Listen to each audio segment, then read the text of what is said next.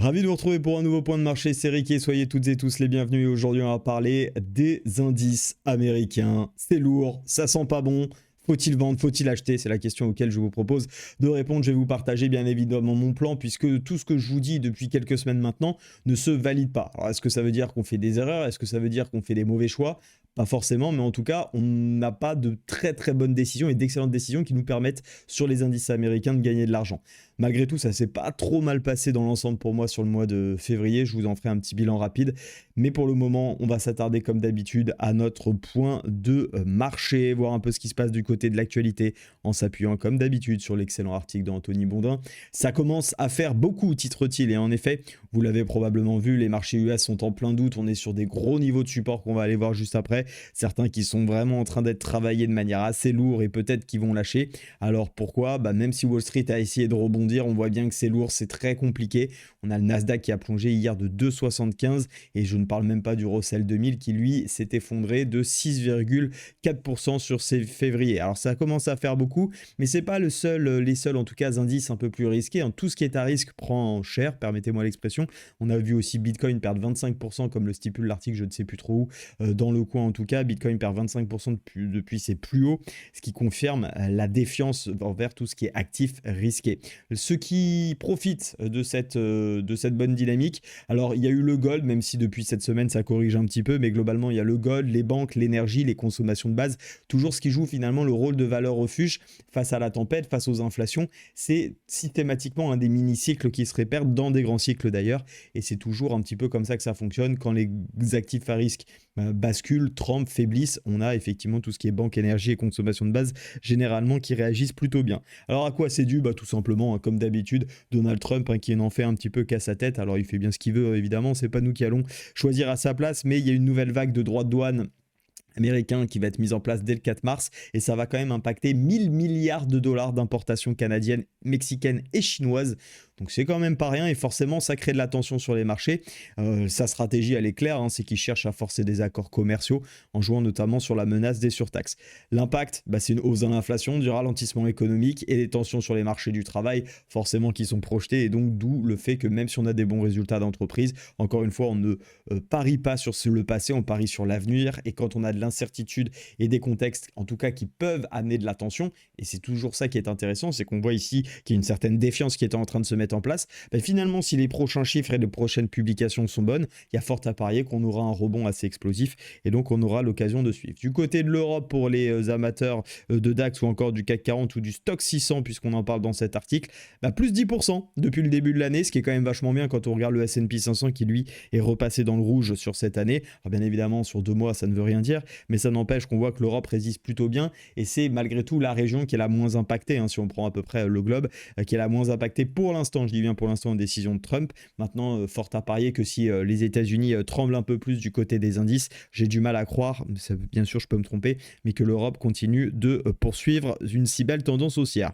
Les places européennes ont quand même souffert sur les tensions économiques, c'est pas parce qu'on fait 10% depuis le début de l'année que forcément tout se porte bien, donc il faudra être vigilant de ce côté-là. Quant au calendrier économique du jour, attention, il y a énormément de news, ça peut vraiment faire bouger les marchés aujourd'hui. Vente au détail, production industrielle et indice des prix de consommation du côté de l'Allemagne. En France, même si ça a moins d'impact, mais c'est toujours intéressant d'être patriote et chauvin, donc la confiance économique, l'inflation et l'emploi du secteur privé. Et du côté des États-Unis, c'est l'indice des prix PCE de base. Qu'est-ce que ça signifie? C'est tout simplement, pour faire simple, l'inflation sur les ménages, par rapport aux ménages.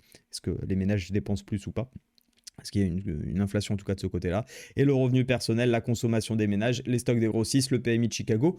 Il y a de quoi s'amuser, j'ai l'impression pour aujourd'hui. On va encore avoir de la volatilité. Et comme on est sur des gros niveaux, on va voir si ces catalyseurs ne changent rien ou permettent un rebond ou pire, enfoncent complètement les zones et potentiellement d'ailleurs valideraient un retournement de tendance. Donc pour cela, on va s'appuyer bien évidemment sur nos graphiques. D'ailleurs, on le voit sur le Nasdaq, on est un petit peu en train de casser cette zone. Alors, pour ce qui est des analyses, si vous m'avez suivi depuis sur tout le mois de février, vous savez, je n'ai recherché que des achats et je n'ai pas tradé un seul. Je n'ai pas fait un seul trade tout simplement sur les indices US. Pourquoi? Simplement parce que mon but c'était d'acheter les cassures de résistance et on voit qu'on n'a jamais eu de signal d'achat qui a été propre. Et sinon c'était d'acheter support. Et pour moi on est toujours sur le support. C'est pas cette bougie qui casse parce qu'encore une fois c'est des zones qu'on vise. Donc de toute façon si on regarde bien ici toute la zone travaillée c'est celle-ci. Donc pour moi on est clairement sur support.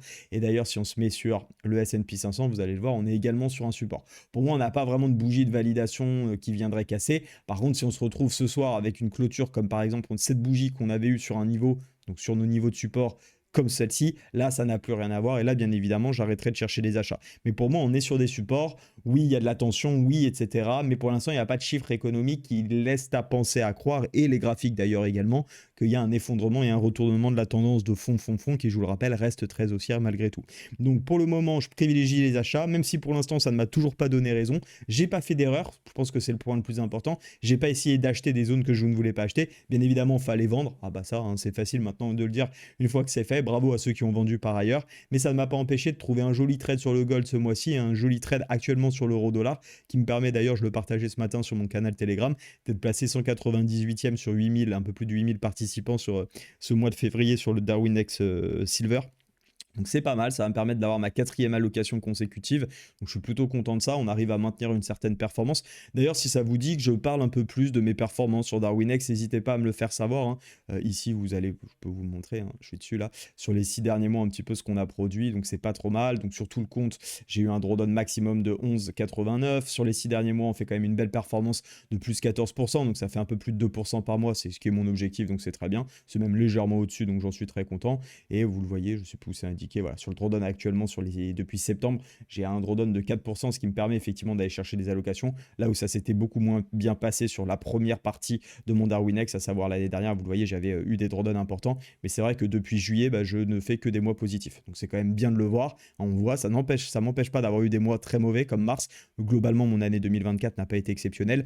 Alors, en tout cas sur mon Darwinex, parce que j'ai pas tout fait sur Darwinex, notamment sur août ou septembre où j'ai pas trop tradé. Bon, enfin, je suis pas en train de dire que j'ai cartonné sur août ou septembre, loin de là. Mais si ça vous dit que j'analyse tout ça un peu plus en détail, que je vous présente par exemple les trades que j'ai pris sur février, faites-le moi en savoir en commentaire. Et je rappelle que c'est le meilleur moment pour rejoindre Darwinex 0. Vous êtes juste avant le début du mois de mars. Ça vous permet, si vous inscrivez aujourd'hui, de pouvoir lancer votre phase de calibration sur le mois de mars, de pouvoir commencer à aller chercher vos allocations. Je vous rappelle qu'avec le code RIQUE, R-I-Q-E, vous avez non seulement des réductions sur tous les abonnements, que ce soit mensuel, annuel ou triannuel, et également jusqu'à ce soir, c'était l'offre sur février, toutes les personnes qui s'inscrivent sur ce février sur Darwinex 0, je vous offre un mois pour ceux qui prennent du live du lundi pour ceux qui prennent un abonnement mensuel, et 3 mois pour les abonnements annuels et triannuels pour être avec moi dans le live du lundi, qui est notamment dans ces lives là où j'ai partagé mes plans sur le gold et l'euro-dollar. Donc ceux qui ont suivi exactement mes plans faisaient comme moi à peu près d'un peu plus de 2% ce mois-ci.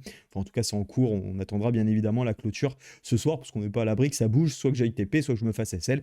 Encore une fois, je ne pense pas me faire ASL parce qu'il faudrait vraiment un énorme mouvement, mais avec toutes les news qu'on a, on n'est jamais assez surpris. Donc concernant mes plans, en tout cas sur le Nasdaq, c'est très simple, c'est de continuer à chercher des achats. Juste pour finir, avec Darwinex 0, je vous ai mis le lien en description. N'hésitez pas à mettre le code RIQUE, bien sûr, si vous inscrivez, ça vous fera toujours une petite réduction. Je reviens donc sur mon plan Nasdaq. Mon plan Nasdaq, c'est toujours de chercher des achats. Je le dis, je le répète, vous allez dire, mais il est fou de continuer à vouloir acheter alors que ça fait que baisser depuis mon cher RIQUE, maintenant quasiment 10 jours. Ah oui, mais bon, encore une fois, ici, on était dans le milieu de range, j'étais pas intéressé, et mon plan, ça reste d'acheter. Je ne vais pas retourner ma veste parce que pour l'instant, il n'y a rien qui invalide vraiment la chose. On est pour moi toujours dans un range qu'on pourrait très clairement qualifier un petit peu dans cette zone-là. Zone basse, zone haute, tant qu'on est dans ces zones-là, je ne trade pas au milieu du range, ça fait partie de mes méthodes, de mes stratégies. Oui, c'est pénible. Hier, d'ailleurs, on se le disait dans le groupe Capital 100K avec les membres que j'accompagne. On se disait, Joseph qui nous demandait, est-ce que vous avez des plans, Vincent, Guibou et autres, et moi-même d'ailleurs qui disaient, non, désolé, j'ai rien sous la main. C'est comme ça. C'est aussi ça le trading et malgré tout, on le voit, c'est ce que j'expliquais dans mon post Telegram. J'ai très peu tradé, j'ai dû peut-être passer 4-5 heures derrière les écrans ce mois-ci et ça m'empêche pas de faire 2%. Donc finalement, je trouve ça en termes de temps passé et énergie conservée, mindset, etc.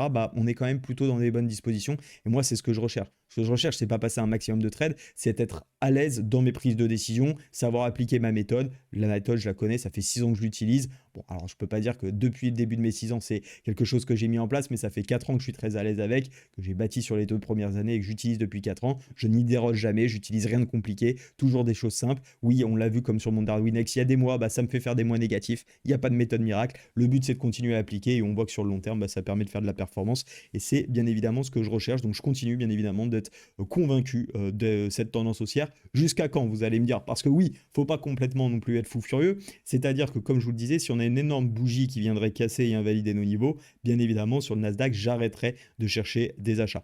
Pour moi, ici, on est toujours dans la zone. C'est pas parce qu'on a une bougie qui clôture ici légèrement sous ces clôtures-là. Alors, bien joué pour ceux qui seront le plus agressifs, mais pour moi, la zone est trop importante ici, la zone des 20 500 pour shorter. Par contre, si on a une vraie validation de ce double top, on pourrait y voir un double top, triple top, en tout cas, zone de distribution qui serait invalidée. Dans ce cas-là, effectivement, on ne rechercherait plus des achats et on songerait d'ailleurs en day trading plutôt à vendre, ce qui n'empêche pas, bien évidemment, que lundi, je ne vais pas réfléchir encore une fois. Lundi, peu importe où on est, je fais mon virement sur mon XTB et mon DeGiro pour charger mes ETF et je paye quoi qu'il arrive. Ma stratégie de DCA reste absolument la même. Je parle bien évidemment ici pour du trading, où le but est plutôt d'essayer de profiter des dynamiques court terme, pendant que l'investissement, moi, mon but, c'est d'accumuler le plus possible d'ETF sur le S&P 500, peu importe le prix. Je reste convaincu que d'ici 10-15 ans, la croissance américaine va se poursuivre. En tout cas, c'est ma vision et je la conserve. L'avenir nous dira si j'ai raison ou pas. Du côté du S&P 500, vous le voyez, exactement la même chose, ou presque. On n'est pas tout à fait revenu sur ce niveau, mais encore une fois, on peut tout à fait considérer que la zone support, c'est toute cette zone. Je préfère ici considérer un peu plus bas la zone, avoir le meilleur signal possible d'entrée. Ça me permettra, si je trouve quelque chose ici, de trouver un super swing jusqu'à la zone des 6150 grosse maille. Ça sera en tout cas mon plan. Je verrai un peu comment je peux essayer de travailler ça.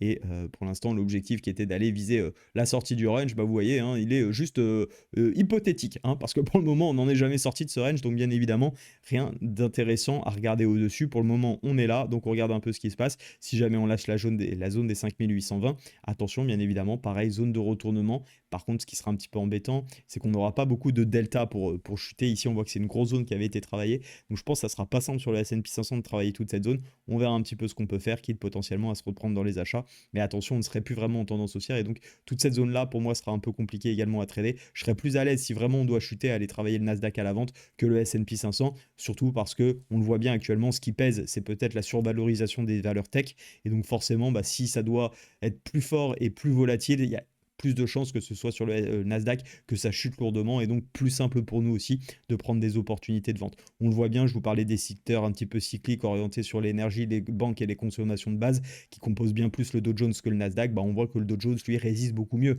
On a une chute qui est beaucoup plus contrôlée. Certes, on n'est pas en train d'exploser sur le Dow Jones, mais on voit bien que c'est moins volatile, c'est moins moins explosif à la baisse. On est entre guillemets seulement sur le mid-range qu'on a constitué ici depuis le début de l'année ou fin d'année 2024. Et finalement, on voit qu'il y a une certaine résilience du côté des indices américains de ce point de vue-là. Je vous laisse avec une vidéo que j'ai sortie hier sur les nouveautés d'ailleurs sur TradingView. 11 nouveautés, elle a l'air de plaire pour le moment. N'hésitez pas à aller la regarder. Je vous rappelle, dernier moment pour rejoindre Darwinex 0. En tout cas, c'est un bon moment pour le faire et profiter des lives du lundi. Donc, si c'est fait, vous m'envoyez un petit mail à riquet@riquettrading.com ou vous me le faites savoir en commentaire. Et je vous souhaite une excellente fin de journée. Soyez prudents sur les marchés et on se retrouve pour le mois de mars. Ciao!